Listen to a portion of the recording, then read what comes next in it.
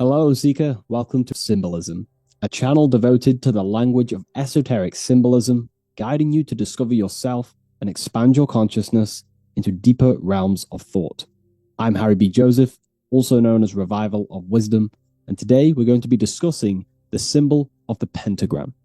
The pentagram is a well-known symbol inside the occult, used by pretty much every ancient tradition: Freemasonry, Rosicrucianism, Hermeticism, all the occult schools of thought.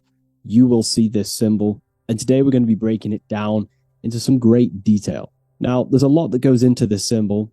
It's basically a five-pointed star. Now, if you notice that the star is one line continuously, you can draw this symbol continuously with one line without taking your pen or pencil off the piece of paper. So it's actually symbolizing one, and one expressing through five ways. So if we look at this symbol and each one of their points, we're looking at the five elements that create life, the universe, or creation itself. So the element of spirit simply represents the divine, the unseen world, the things that we can't really put our hands on, we can't feel, touch, taste, or see, but they hold influence over the material plane. So spirit covers a large category of things such as spiritual forces that drive physical existence. So it's one of the elements. Now, what are the elements? Well, they make up the entirety of physical creation: air, water, earth, fire. These are the four tangible that we can see, feel elements that make up physical creation. They create the whole universe. However, the spirit is the invisible forces, the invisible element that creates the visible, tangible world. Before you take a physical action, there is a force inside of you that moves the body. There is an intention, which is a spiritual force, an invisible, intangible force that makes a physical action be taken in the world of manifestation called earth. This is the element of the divine. The divine comes down creating the world. Okay? So, as I previously mentioned, how this pentagram is one line. It's a one continuous line. So if we draw this pentagram together, let me make this a little bit thicker for you. If we draw this pentagram together, it goes from spirit to fire, to air, to water, to earth, back to spirit. So it's one continuous line, and the elements are always in their proper place. These elements always have to be in this specific order. This is the correct order. If you see air down here, then the pentagram is incorrect. Okay? So it always goes spirit, water, fire, earth, air. This is the correct order of the elements.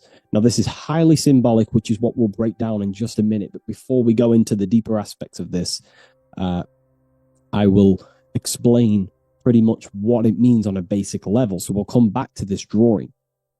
So spirit is on the top, which means spirit over or more superior or more dominated over the earthly elements. Now, what does this mean to an individual, to yourself or me?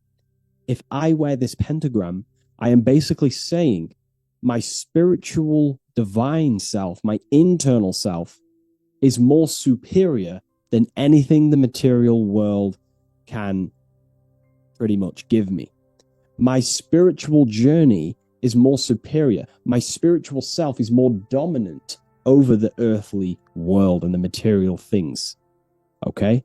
Now, not many people are like that in today's society.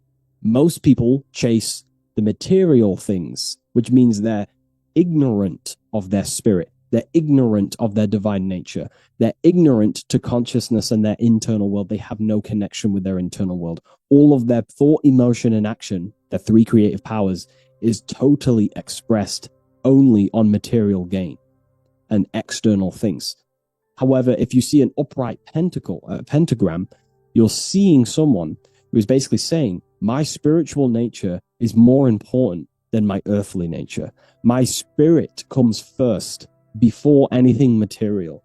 And ultimately, this is how you become more happy and fulfilled in life, by chasing, well, not chasing, but putting your spirit first, putting your internal world first.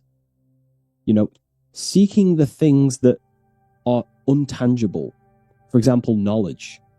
I'm addicted to knowledge. You know, I would rather chase knowledge because knowledge is power. Knowledge of self is so important.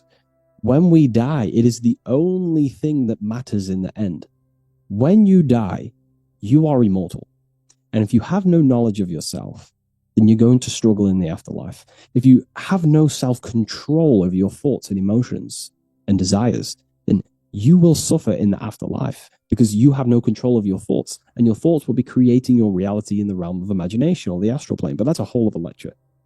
But this symbol is pretty much saying placing the invisible over the visible. So there's many different avenues we can go with this. So this symbol is also used in magic. We could use the symbol for manifestation. It represents controlling the inner world to produce then effect inside of the external world. You see? So we have to put this first in magic spirit. We have to change the internal so we can produce change in the external. Reality is created from the inside out. Okay? So this symbol is heavily associated with magic as well, which is a whole other lecture. In this lecture, I'm going to give you a good detailed explanation, but this symbol is so vast and wide, it would take many breakdowns to go into each meaning of the symbol.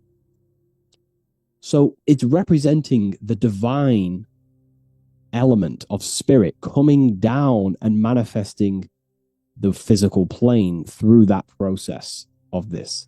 So as I mentioned earlier that I'd come back to this, what we're looking at is the process of spirit turning into matter. This is the process of how spirit condenses into a material form, how higher energy, higher forms, which are invisible, come down and manifest and crystallize into a physical object or a physical reality. So this pentagram is explaining the process of creation. So it comes from the higher realm, spirit, the source, the emanation. An emanation is a thought or an emotion or a desire, which comes down to fire first. Fire represents the will. This is the willpower. This is the willpower. It's still kind of more of an invisible force, but fire is the closest element that represents spirit. This is why we light candles in magic and rituals, because it's literally opening a doorway to spirit. It's the closest element to spirit. So this is why sometimes in alchemical artworks, they use fire to represent spirit. Because, it's quite difficult to use a symbol for spirit because it's totally invisible. So it goes down to fire first, the will.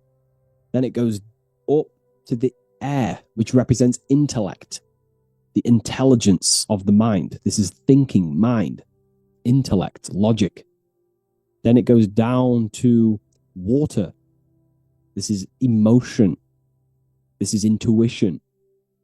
And then it goes into the earth, which is physical body action. Okay? So spirit represents an emanation. So an emanation is something descending out of the void, out of the nothingness. And the first thing that descends is will, then intellect, then emotion, then a physical action. Then everything returns back to spirit from earth. So it's showing you how spirit manifests into matter. It's also showing you the macrocosm, how the world is created. So ultimately, it's a symbol of the microcosm also. It's a symbol of you. If you put your body outwards, you would see your body in this 5-pointed star shape. So it's a symbol of the microcosm, because you yourself are a microcosm. You contain all of the elements: spirit, fire, earth, water, and air. You breathe air, you drink water, fire in your nervous system, which is electricity, and earth is your physical body. So you are a microcosm of the universe. And this is what the circle, when we see the circle around, this is representing the macrocosm, the circle. So why are you a microcosm? Because you know how the sun changes the earth with its different electromagnetic rays, depending on how far away the sun is to the earth when it's rotating. Well, depending on what model you believe anyway, the electromagnetic rays produce change on the earth. So when the sun is further away from the earth, or whatever model you believe, when the sun is further away, then the electromagnetic rays of the sun are weaker, which means that's what the winter is. The winter is the death and the death of the electromagnetic rays of the sun. We still get sun, but it's just not as powerful as summertime. So nature dies. But then when the summer comes back around, the sun is closer, it produces higher amounts of electromagnetic life force rays, which increases the growth again in the summertime. But this is also not only happening on the earth, it's happening within the body. The body goes through this rhythm. The same rhythm that the external world goes through, your body's going through this rhythm. So these changes in the cycles not only change the earth, they change consciousness. These cycles happen within you. They happen within your body, your cells, your nervous system, your brain, your psyche. Your emotions, your intellect is all affected through these cycles of the sun. So this is why you are a microcosm of the macrocosm. Your mind is cut out of the same fabric of God's intelligence, of God's mind. The same power of thought God used to manifest the world, to think it into existence, the same power you use to think your world into existence. You are truly a microcosm containing all the 5 elements, all the same powers of God, but just in a smaller version. It's a symbol of the microcosm. It's a symbol of the macrocosm also. It's a symbol of how spirit manifests into form. And this is why it's associated with magic, because you can use these elements in magic, this process of how spirit becomes matter. So there's so much that goes into this. And I actually broke this down inside the new book, the Book of Symbolism, on these 2 pages here. I will do another one on the inverted pentagram. This book, I've basically gone over every Freemasonic symbol, alchemical symbols, every occult society symbols is pretty much in this new book of symbolism. But again, it's not a book on symbolism. These symbols are representing forces within yourself. They represent you, and these symbols are designed to awaken aspects of yourself. So this is not a book on symbolism. This is a book on you. Each symbol will awaken different aspects of yourself to help you understand yourself.